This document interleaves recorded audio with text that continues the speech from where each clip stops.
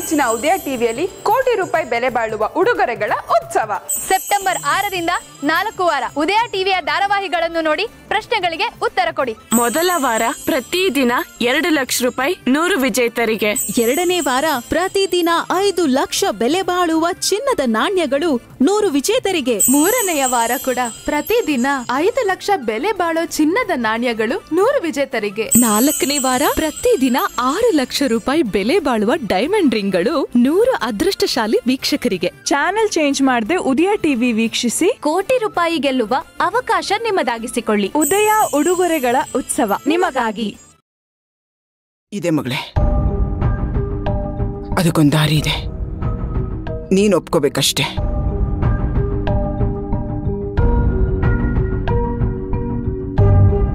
ಏನ್ ದಾರಿ ಅಮ್ಮ? ಹೇಳ್ತೀನಿ, ನೀನಿಲ್ಲ ಅಂದೆ ನನ್ನ ಮಾತು ಒಪ್ಕೋಬೇಕು. ನಾನು ಯಾಕಮ್ಮ ಇಲ್ಲ ಅನ್ಲಿ? ಅದ್ ಯಾವ ದಾರಿ ಅಂತ ಹೇಳು.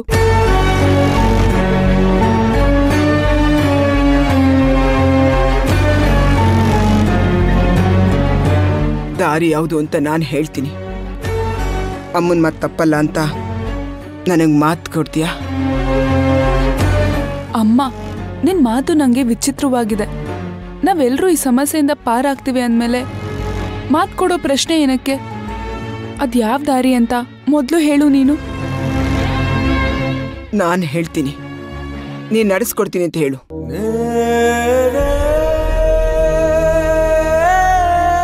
ಅಮ್ಮ,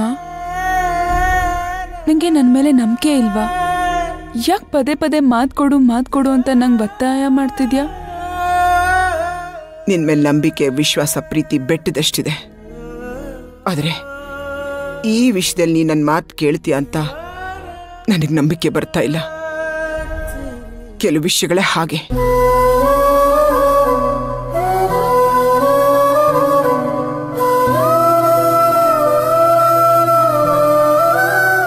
ಅಪ್ಪ ಮಂಜುನಾಥ, ಇದೆಂತ ಪರೀಕ್ಷೆ ನನ್ಗೆ?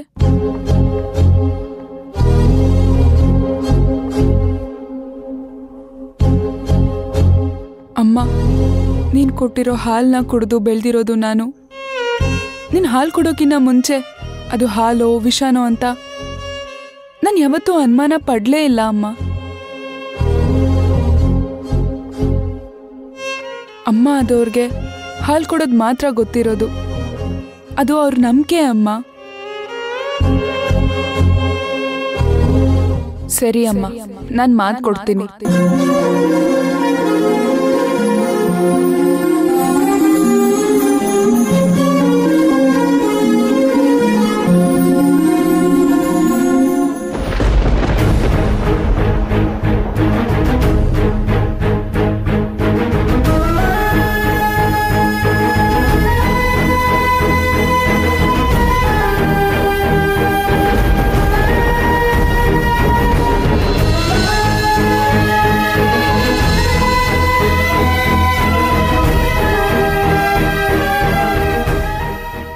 ನೀನು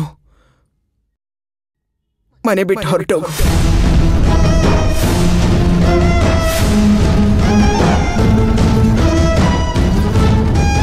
ನನಗೆ ಗೊತ್ತಿತ್ತು ನೀನು ಒಪ್ಕೊಳ್ಳಲ್ಲ ಅಂತ. ಅದಕ್ಕೆ ಮೊದಲೇ ಮಾತು ತಗೊಂಡೆ. ನೋಡು, ಕೈ ಇನ್ನೂ ಹಿಡ್ಕೊಂಡೆ ಇದೆಯಾ? ಇಲ್ಲ ಅನ್ಬೇಡ. ಅಮ್ಮ, ಮುಂದೆ ಏನಾಗುತ್ತೆ ಅಂತ ನಾವು ತುಂಬಾ ಯೋಚನೆ ಮಾಡಿ ಹೆಜ್ಜೆ ಇಟ್ರು ಕಾಲ ನಮ್ಮನ್ನ ತಳ್ಳಿಬಿಡುತ್ತೆ ಅಮ್ಮ. ಇನ್ನು ಕೆಲವೊಂದ್ಸತಿ ಮುಗ್ರಿಸಿ ಬೀಳ್ಸುತ್ತೆ, ಮತ್ತೊಂದ್ಸತಿ ಪಾತಾಳಕ್ಕೆ ತಳ್ಳಿ ಧೈರ್ಯ ಇದ್ರೆ ಎದ್ದು ಬಾ ಅಂತ ನಮ್ಗೆ ಸವಾಲ್ ಹಾಕುತ್ತೆ. ಆದ್ರೆ ನಿಜವಾಗ್ಲೂ ಹೇಳ ಅಮ್ಮ, ಮುಂದೇನಾಗುತ್ತೆ ಅನ್ನೋದ್ರ ಬಗ್ಗೆ ಸ್ವಲ್ಪನೂ ಯೋಚನೆ ಮಾಡ್ದೆ ತಗೊಂಡಿರೋ ನಿರ್ಧಾರ ಇದು. ಬೇಡ ಅಮ್ಮ. ನೋಡು, ಮಾತು ಕೊಟ್ಟಿದ್ಯಾ? ಒಂದ್ ಸಮಯ ನಾನ್ ಬೇಕಾದ್ರೂ ನನ್ನ ಮಾತು ಮೀರ್ಬೋದು. ನನ್ನ ಮಕ್ಕಳು ಯಾವತ್ತೂ ಅವ್ರ ಮಾತು ಮೀರಲ್ಲ. ಆ ರೀತಿ ನಿಮ್ಮನ್ನು ಬೆಳೆಸಿದ್ದೀನಿ. ದಯವಿಟ್ಟು ಹೊರಟು ಬಿಡು. ವಿಧಿಯ ನಾಟಕ. ಮನೆ ಬಿಟ್ಟು ಹೊರಟೋಗು. ವಿಧಿಯ ನಾಟಕ ದಯವಿಟ್ಟು ಹೊರಟು ಬಿಡು. ವಿಧಿಯ ನಾಟಕ ನನ್ನ ಬದುಕು ಸೂತಕ. ಬುದ್ಧಿ ಬರಕಿನ ಮುಂಚೆನು ಬುದ್ಧಿ ಬಂದಾದ್ಮೇಲೂ ನೀನೇ ನನ್ನ ಪ್ರಪಂಚ ಅಂತ ಬದುಕಿರೋಳು ಅಮ್ಮ ನಾನು. ಈಗ ಇದ್ದಕ್ಕಿದ್ದ ಹಾಗೆ ಮನೆ ಬಿಟ್ಟು ಹೋಗು ಅಂದ್ರೆ ನಾನು ಎಲ್ಲಿಗೆ ಹೋಗ್ಲಿ ಅಮ್ಮ? ಪ್ರಪಂಚ ವಿಶಾಲವಾಗಿದೆಯಮ್ಮ, ನಿನಗೆ ಅಂತ ಒಂದು ಜಾಗ ಇದ್ದೇ ಇರುತ್ತೆ. ಬೀಸೋದನ್ನು ತಪ್ಪಿಸ್ಕೊಂಡ್ರೆ 100 ವರ್ಷ ಆಯ್ಸು ಅಂತಾರೆ. ನೋಡು, ನನ್ನ ಮಾತಿಗಿಲ್ಲ ಅನ್ಬೇಡ, ದಯವಿಟ್ಟು ಹೊರಟೋಗಮ್ಮ.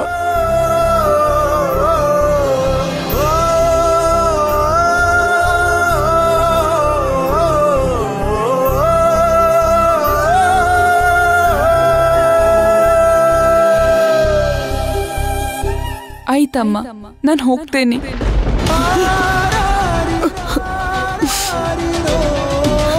ಜೀವನದಲ್ಲಿ ಮೊದಲನೇ ಸಾರಿ ನಾನು ನಿನ್ನ ಕೈ ಬಿಡ್ತಾ ಇದ್ದೀನಿ. ನಾನ್ ತಾಯಿಯಾಗಿದ್ದಕ್ಕೆ ನಿನಗಿಷ್ಟೊಂದು ಕಷ್ಟಗಳು. ಸಾಧ್ಯವಾದ್ರೆ ನನ್ನ ಕ್ಷಮಿಸ್ಬಿಡು.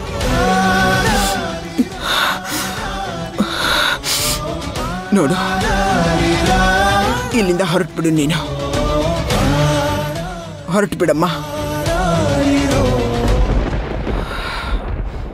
ಇಲ್ಲಿಂದ ಹೊರಟು ಬಿಡು. ಇಲ್ಲಿಂದ ಹೊರಟು ಬಿಡು. ನೀ ನನ್ನ ಮದುವೆ ಮಾಡ್ಕೋತೀಯಾ?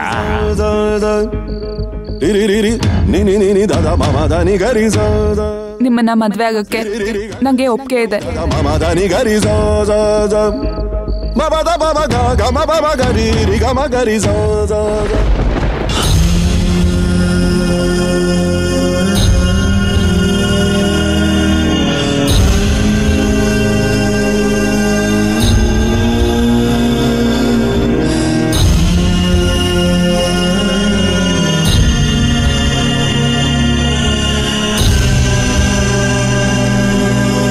ಅಮ್ಮ, ನನ್ನಿಂದ ಏನಾದ್ರೂ ತಪ್ಪಾಗಿದ್ರೆ ದಯವಿಟ್ಟು ನನ್ನ ಕ್ಷಮಿಸ್ಬೇಡು.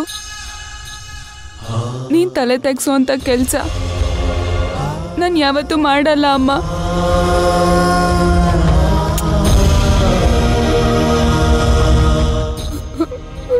ಅಯ್ಯೋ ನೇತ್ರ,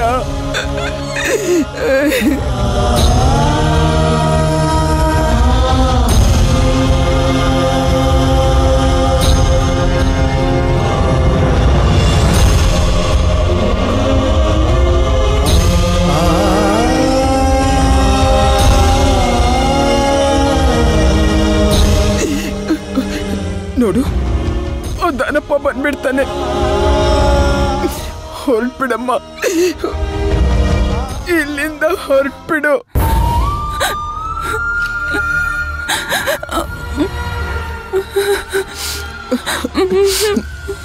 ಹೊರಟ್ಬಿಡಮ್ಮ, ಹೊರಟ್ಬಿಡು ಇಲ್ಲಿಂದ.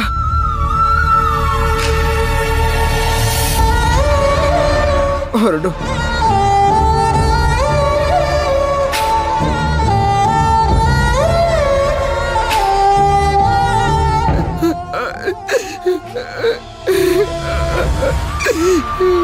ಅಳ್ಬೇಡ ಅಮ್ಮ.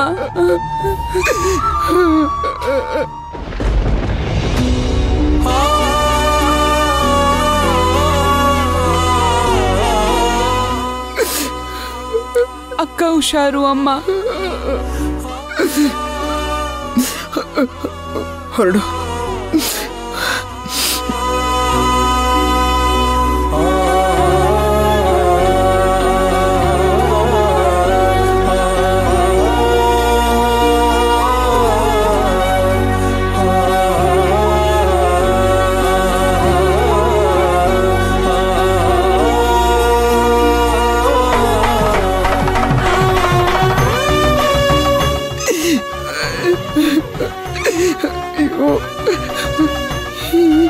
ಈ ಕೈಯಲ್ಲೇ ನಿನ್ನನ್ನು ಸಾಕಿ, ಈ ಕೈಯಲ್ಲಿ ನಿನ್ ತುತ್ತು ತಿನ್ಸಿ,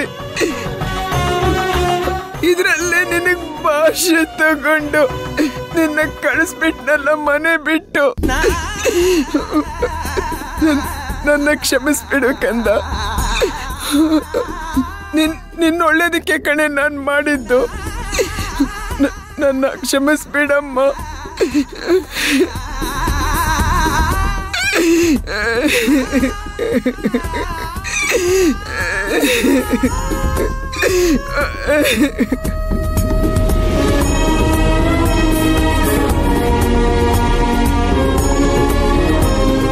ಮಂಜುನಾಥ,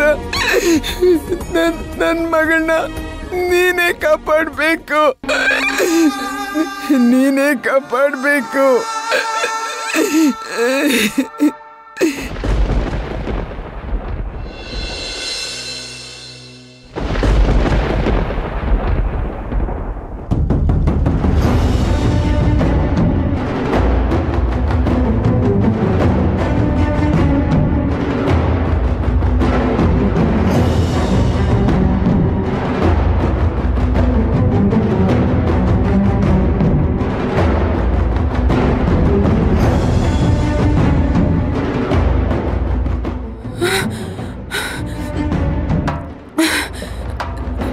ಸರ್, ಡಾಕ್ಟರ್ ಮಾನಸ್ ಅವ್ರು ಇದ್ದಾರಾ? ಇದಾರೆ. ಯಾಕೆ? ನಾನು ಅವ್ರನ್ನ ನೋಡ್ಬೋದಾ? ಸರಿ, ಕ್ಯಾಬಿನ್ ಅಲ್ಲಿ ಇದಾರೆ, ನೋಡಿ. ಹಾ. ಡಾಕ್ಟರ್, ಹಾರಿಸ್ಕೊ ನೇತ್ರ, ಕೂತ್ಕೊಳ್ಳಿ. ನೀರು ತಗೊಳ್ಳಿ.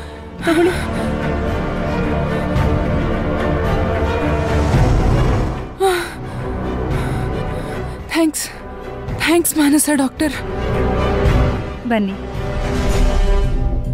ಅಬ್ಬಾ, ಈ ಡಾಕ್ಟರ್ ಹೆಸರು ಮರ್ತಿಲ್ವಲ್ಲ ನೇತ್ರ? ಗುಡ್. ಹೇಗ್ ಮರೆಯಕ್ಕಾಗುತ್ತೆ ಡಾಕ್ಟರ್? ಅಕ್ಕನ್ನ ನೀವು ಗುಣ ಮಾಡ್ತೀನಿ ಅಂತ ಹೇಳಿದೀರಾ. ಅಕ್ಕನ ಜೀವನದಲ್ಲಿ ನೀವು ಒಳ್ಳೇದನ್ನ ಬಯಸಿದೀರಾ.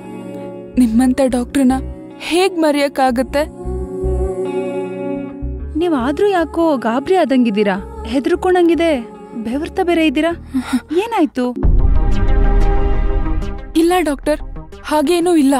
ನೋಡಿ ನೇತ್ರ, ನಾನು ಸೈಕಾಲಜಿ ಸ್ಟೂಡೆಂಟು, ಜೊತೆಗೆ ಮನ್ಸಿಗೆ ಸಂಬಂಧಪಟ್ಟಿರೋ ಕಾಯಿಲೆಗಳನ್ನ ಗುಣ ಮಾಡೋ ಡಾಕ್ಟ್ರು. ನಿಮ್ಮ ಎಕ್ಸ್ಪ್ರೆಷನ್ ಅಲ್ಲೇ ನನಗೆ ಗೊತ್ತಾಗುತ್ತೆ. ಏನ್ ವಿಷಯ ಹೇಳಿ. ಅಪ್ಪ ಮಂಜುನಾಥ, ಈ ಮಾನಸ ಡಾಕ್ಟ್ರು ಸಮುದ್ರ ಅವ್ರಿಗೆ ಕ್ಲೋಸ್ ಫ್ರೆಂಡು. ಇವ್ರ ಹತ್ರ ತುಂಬಾ ಹುಷಾರಾಗಿ ಮಾತಾಡ್ಬೇಕು. ಹಾ ನೇತ್ರ, ಏನ್ ಯೋಚನೆ ಮಾಡ್ತಿದ್ಯಾ? ಯಾಕೋ ಏದುಸರೆಲ್ಲ ಬಿಟ್ಕೊಂಡು ಗಾಬರಿ ಆದಂಗಿದ್ಯಾ? Anything serious? ಸಮುದ್ರಂಗ್ ಕಾಲ್ ಮಾಡ್ಲಾ? ಬೇಡ ಡಾಕ್ಟರ್. ಸಮುದ್ರ ಸರ್ಗೆ ಫೋನ್ ಮಾಡಬೇಡಿ, ನಿಮ್ ಕೈ ಮುಗಿತೀನಿ ಪ್ಲೀಸ್. ಯಾಕೆ ಇಷ್ಟೊಂದು ಗಾಬರಿ ಪಟ್ಕೊಂಡಿದ್ದೀರಾ ನೇತ್ರ? ಹಾಗೇನೂ ಇಲ್ಲ ಡಾಕ್ಟರ್. ಅದು ನಂಗೆ ಒಂದು ವಾರದಿಂದ ಹುಷಾರಿಲ್ಲ. ನಂಗೆ ಅಸ್ತಮಾ ಅಂದ್ರೆ ನನ್ಗೆ ಭಯ. ಅದಕ್ಕೆ ನಂಗೆ ತುಂಬಾ ಗಾಬರಿ ಅಷ್ಟೇ, ಇನ್ನೇನೂ ಇಲ್ಲ. ಡಾಕ್ಟರ್ ಹತ್ರ ತೋರ್ಸ್ಕೊಂಡಿಲ್ವಾ? ಅಮ್ಮ ನಂಗೆ ಕಷಾಯ ಮಾಡ್ಕೊಟ್ಟಿದ್ರು. ಉತ್ತರಣೆ ಸೊಪ್ಪಿನ ಕಷಾಯ ಮಾಡಿದ್ರು. ಕಷಾಯ ಎಲ್ಲ ಓಕೆ, ಆದ್ರೂ ಡಾಕ್ಟರ್ ಹತ್ರ ಒಂದ್ಸಲ ತೋರ್ಸ್ಕೋಬೋದಿತ್ತಲ್ವಾ? ಒಂದ್ ಕೆಲ್ಸ ಮಾಡ್ತೀನಿ, ನಾನೊಂದ್ ಒಳ್ಳೆ ಡಾಕ್ಟರ್ನ ಸಜೆಸ್ಟ್ ಮಾಡ್ತೀನಿ, ಅವ್ರ ಹತ್ರ ತೋರ್ಸ್ಕೊಂಬನ್ನಿ. ಅಂದ್ಹಾಗೆ ನನ್ನ ಹತ್ರ ಬಂದಿದ್ ವಿಚಾರ? ನಾನು ನಿಮ್ಮನ್ನ ಭೇಟಿಯಾಗಕ್ ಬಂದಿರೋ ವಿಷಯನ ಸಮುದ್ರ ಸರ್ ಹೇಳಿಲ್ಲ ಅಂದ್ರೆ ನಾನಿಲ್ಲಿ ಏನಕ್ಕೆ ಬಂದಿದ್ದೀನಿ ಅಂತ ನಿಮ್ಮ ಹತ್ರ ಹೇಳ್ತೀನಿ. ನಿಮಗೆ ಕೈ ಮುಗಿತೀನಿ, ಕಾಲಿಗೆ ಬೀಳ್ತೀನಿ. ಎದ್ದೇಳಿ ನೇತ್ರ. ದಯವಿಟ್ಟು ಸಮುದ್ರ ಸರ್ಗೆ ಯಾವ ವಿಷಯನೂ ಹೇಳ್ಬೇಡಿ. ಹೆಣ್ಣಿನ ಸೂಕ್ಷ್ಮಗಳೇ ಹಾಗೆ. ನಾನು ಸಮುದ್ರ ಅವ್ರಿಗೆ ನೀವು ಬಂದಿರೋ ವಿಚಾರ ಹೇಳಲ್ಲ. Don't worry. ಏನಾಯ್ತು ಹೇಳಿ. ನಿಜವಾಗ್ಲೂ ನೀವು ಹೇಳಲ್ಲ ಅಲ್ವಾ? ನಂಗೆ ಮಾತು ಕೊಡಿ. ಪ್ರಾಮಿಸ್ ಹೇಳಲ್ಲ ನೇತ್ರ. ಏನ್ ವಿಷಯ ಹೇಳಿ. ಏನ್ ಗೊತ್ತಾ ಡಾಕ್ಟರ್, ನಾವು ತುಂಬಾ ಇಷ್ಟಪಡೋರು ಅವ್ರಿಗೇನೋ ಆಗಿ ತೀರ್ಕೊಂಡಾಗ ಅವರು ಸತ್ತೋದ್ರು ಅಂತ ನಮ್ಗೆ ಸುದ್ದಿ ಬರುತ್ತೆ. ಆಗ ನಾವು ಅಪ್ಪ ತಂದೆ ಆ ವಿಷಯ ಸುಳ್ಳಾಗಿರ್ಲಿ ಅಂತ ದೇವ್ರ ಹತ್ರ ಪ್ರಾರ್ಥನೆ ಮಾಡ್ತೀವಿ. ಹೆಚ್ಚು ಕಮ್ಮಿ ಈಗ ನನ್ನ ಪರಿಸ್ಥಿತಿನೂ ಅದೇ ಡಾಕ್ಟರ್. ಅಂದ್ರೆ ಡಾಕ್ಟರ್, ಯಾರೋ ಪಾಪಿಗಳು ಅಕ್ಕನ ಜೀವನನ ಹಾಳು ಮಾಡಿರೋದು ನಿಜಾನ? ಯಾವ ವಿಷಯನೂ ಯಾವ ಕಾರಣಕ್ಕೂ ಯಾರಿಗೂ ಹೇಳಕ್ ಹೋಗ್ಬೇಡ. ಹೇಳಿ, ದಯವಿಟ್ಟು ನನ್ನ ಹತ್ರ ಹೇಳಿ. ನೇತ್ರಾವತಿಗೆ ನರ್ಮದ ವಿಚಾರ ತಿಳಿಸೋದ್ ಬೇಡ ಅಂತ ಹೇಳಿ ಈಗ ಸಮುದ್ರ ನಿಮ್ಗೆ ಆ ವಿಚಾರ ತಿಳಿಸ್ಬಿಟ್ನಾ? ಇಲ್ಲ ಡಾಕ್ಟರ್, ಸಮುದ್ರ ಸರ್ ನಂಗೇನೂ ಹೇಳಿಲ್ಲ. ಅವ್ರ ಮನೆಯಲ್ಲಿ ನಾನು ಕೆಲಸ ಮಾಡುವಾಗ ಅಕ್ಕನ ಫೈಲ್ ನನಗೆ ಸಿಕ್ಕಿ ನನಗೆಲ್ಲ ವಿಚಾರ ಗೊತ್ತಾಯ್ತು. ಯಾವ ವಿಷಯನೂ ಯಾವ ಕಾರಣಕ್ಕೂ ಯಾರಿಗೂ ಹೇಳಕ್ ಹೋಗ್ಬೇಡ. ನೋ, ಹೆಣ್ಮಕ್ಳು ವಿಚಾರಗಳೇ ಹಾಗೆ. ಕೆಲವೊಂದ್ಸಲಿ ನಂಬೋದಕ್ಕೆ ಆಗೋದಿಲ್ಲ. ನೀನ್ ತಂಗಿಯಾಗಿ ನಿನ್ ಸಂಕಟ ನನಗೆ ಅರ್ಥ ಆಗುತ್ತೆ. ನಿನಗೊಂದು ವಿಚಾರ ಗೊತ್ತಾ? ನನಗೆ ತುಂಬ ಕ್ಲೋಸ್ ಇದ್ದ ಕಸಿನು ತೀರ್ಕೊಂಬಿಟ್ಲು. ಅದು 2 ತಿಂಗಳಾದ್ರೂ ನಂಗೆ ನಂಬಕ್ಕೆ ಆಗಲಿಲ್ಲ, ನನಗೆ ಜೀರ್ಣಿಸ್ಕೊಳ್ಳೋಕ್ಕೆ ಆಗಲಿಲ್ಲ. ನಿನ್ನ ಪರಿಸ್ಥಿತಿನೂ ಹಾಗೆ ಇದೆ ಅನ್ಸುತ್ತೆ. ಹೌದು ಡಾಕ್ಟರ್, ನಮ್ಮ ಜೀವನದಲ್ಲಿ ಕೆಟ್ಟದಾಗುತ್ತೆ ನಿಜ, ಆದರೆ ಅದನ್ನ ಮನಸ್ಸು ಅಷ್ಟು ಬೇಗ ಸ್ವೀಕಾರ ಮಾಡಲ್ಲ. ನಿಜ, ನರ್ಮದಾ ಜೀವನ ಒಂದು ಪಾಪಿ ಕೈಲಿ ಸಿಕ್ಕ ಹಾಳಾಗಿರೋದು ನಿಜಾನೇ. ಇಲ್ಲ ಡಾಕ್ಟರ್, ಆ ವಿಚಾರ ಸುಳ್ಳಾಗ್ಬೇಕು ಅಂತ ನಾನು ನನ್ನ ಮಂಜುನಾಥನ ಹತ್ರ ಕೇಳ್ಕೊಂಡಿದ್ದೀನಿ. ಪ್ಲೀಸ್ ಡಾಕ್ಟರ್, ಆ ವಿಷಯ ಸುಳ್ಳು ಅಂತ ಹೇಳಿ ದಯವಿಟ್ಟು. ಅಕ್ಕ ಯಾರಿಗೂ ಕೆಟ್ಟದನ್ನ ಬಯಸ್ದೋಳಲ್ಲ, ಆದ್ರೆ ಯಾಕೆ ಅವಳ ಜೀವನದಲ್ಲೇ ಹೀಗಾಗ್ತಿದೆ ಡಾಕ್ಟರ್? ಪ್ಲೀಸ್ ಡಾಕ್ಟರ್, ಅಕ್ಕನ್ಗೇನೂ ಆಗಿಲ್ಲ ಅಲ್ಲ? ಹೇಳಿ ಡಾಕ್ಟರ್, ಹೇಳಿ. ಸಮಾಧಾನ ಮಾಡ್ಕೊಳ್ಳಿ ನೇತ್ರ, ಬನ್ನಿ ಕೂತ್ಕೊಳ್ಳಿ. ಇಲ್ಲ, ನೀವ್ ಹೇಳಿ, ಅಕ್ಕನ ಜೀವನದಲ್ಲಿ ಏನೂ ಆಗಿಲ್ಲ ಅಲ್ವಾ? ನೀವು ಕೂತ್ಕೊಳ್ಳಿ, ಬನ್ನಿ. ನಾನು ರಿಪೋರ್ಟ್ನ ಒಂದು ಕಾಪಿ ತಗೊಂಡ್ ಬರ್ತೀನಿ, ನಿಮ್ಗೆ ಅರ್ಥ ಆಗತ್ತೆ.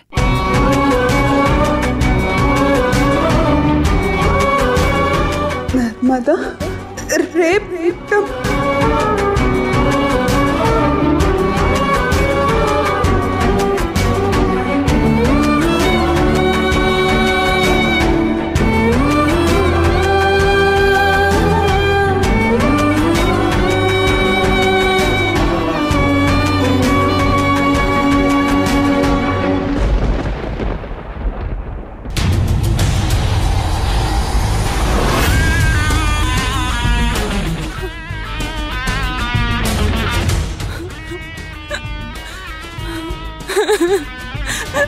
ಸಮಾಧಾನ ಮಾಡ್ಕೊಳ್ಳಿ.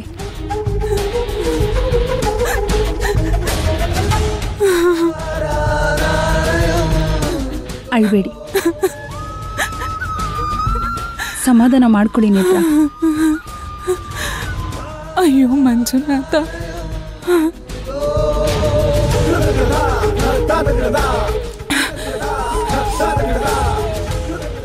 ಅಕ್ಕ ಹುಷಾರಾಗ್ತಾಳೆ ಅಲ್ವಾ? ನಾನು ಬರ್ತೀನಿ ಡಾಕ್ಟರ್, ನಾನು ಹೋಗಿ ಬರ್ತೀನಿ. ಸರಿ. ಸಮುದ್ರ ಸರ್ಗೇನೂ ಹೇಳ್ಬೇಡಿ. ಇಲ್ಲ, ಹೇಳಲ್ಲ. ನಾನು ಬರ್ತೀನಿ.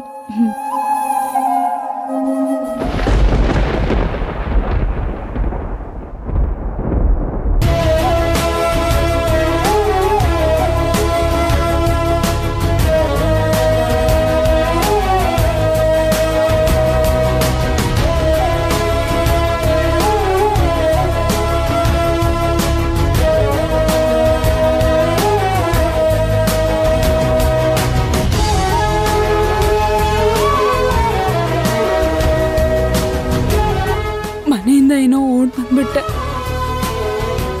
ಆದ್ರೆ ನಾನಿವಾಗ ಎಲ್ಲಿಗೆ ಹೋಗ್ಲಿ? ಇಲ್ಲಿ ಯಾರೂ ಗೊತ್ತಿಲ್ಲ ನನಗೆ. ಸಮುದ್ರ ಸರ್ ಮನೆಗೆ? ಇಲ್ಲ ಇಲ್ಲ, ಅವ್ರ ಮನೆಗೆ ನಾನು ಹೋಗೋಗಿಲ್ಲ. ಹುಷನ್ ಮನೆಗೆ ಹೋಗ್ಲಾ?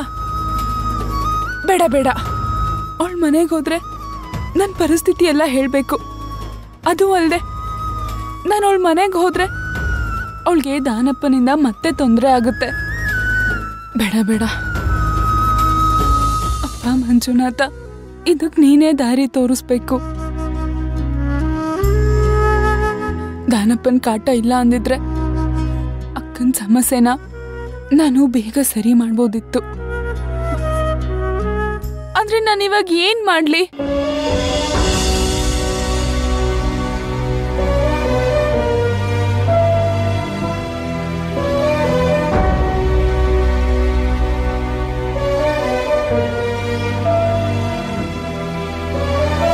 ಮಂಜುನಾಥ, ಈ ಜೀವನ ನೀನ್ ಕೊಟ್ಟಿರೋ ಭಿಕ್ಷೆ. ಈ ಜೋಳಿಗೆಯಲ್ಲಿ ಏನೇನ್ ಬರುತ್ತೋ ಅದನ್ನ ನಾನು ಸ್ವೀಕಾರ ಮಾಡಬೇಕು. ಸ್ವೀಕಾರ ಮಾಡಿ ಅದನ್ನ ಎದುರಿಸ್ಬೇಕು. ಎದುರಿಸ್ತೀನಿ. ಒಂದ್ ಸ್ವಲ್ಪ ದಿನ ನಾನು ದೂರ ಹೋಗ್ತೀನಿ. ದಾನಪ್ಪನ ಕಣ್ಣಿಗೆ ಮಾತ್ರ ಬೀಳ್ಬಾರ್ದು.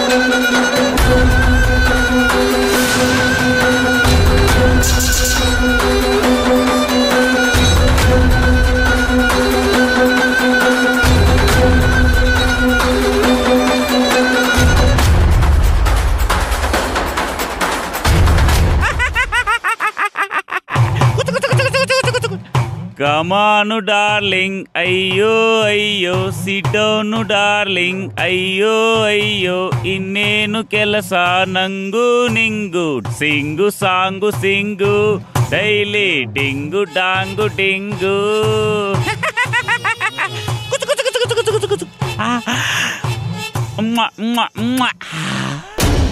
ದಾನಪ್ಪನವ್ರೆ, ರಸ್ತೆ ಇದು, ಹೀಗೆಲ್ಲ ಮಾಡ್ಬೇಡಿ, ಅಸಹ್ಯ ಆಗುತ್ತೆ. ಓಹೋ, ನಿಂಬುದು ಮಾತ್ರ ಸಭ್ಯತೆ, ನಂಬುದು ಅಸಭ್ಯತೆ. ಅಲ್ಲ, ನೀನು ಮೈ ತುಂಬ ಬಟ್ಟೆ ಹಾಕೊಂಡು ಓಡಾಡಕತ್ತಿ, ನಾನು ಮೈ ತುಂಬ ಬಟ್ಟೆ ಇಲ್ಲ ಓಡಾಡಕತ್ತೀನಿ ಅಲ್ಲ. ಮದುವೆ ಆಗ್ತೀನಿ ಅಂತ ಒಪ್ಕೊಂಡು ಮದುವೆ ಮನೆಯಿಂದ ಓಡಿ ಹೋಗಿಯಲ್ಲ, ನಿನ್ನ ಮೈ ಮೇಲೆ ಬಟ್ಟೆ ಇದ್ರು ಅಷ್ಟ, ಇಲ್ಲ ಅಂದ್ರು ಅಷ್ಟ. ದಾನಪ್ಪ, ಮಾನ ಮರ್ಯಾದೆ ವಿಷಯದಲ್ಲಿ ನನ್ನನ್ನ ಗೇಲಿ ಮಾಡಿದ್ರೆ ಪರಿಣಾಮ ನೆಟ್ಟಗಿರಲ್ಲ. ಏನು ಮಾಡ್ತಿ? ನಾನ ಏನರೇ ಮಾಡ್ತೀನಿ ಈಗ.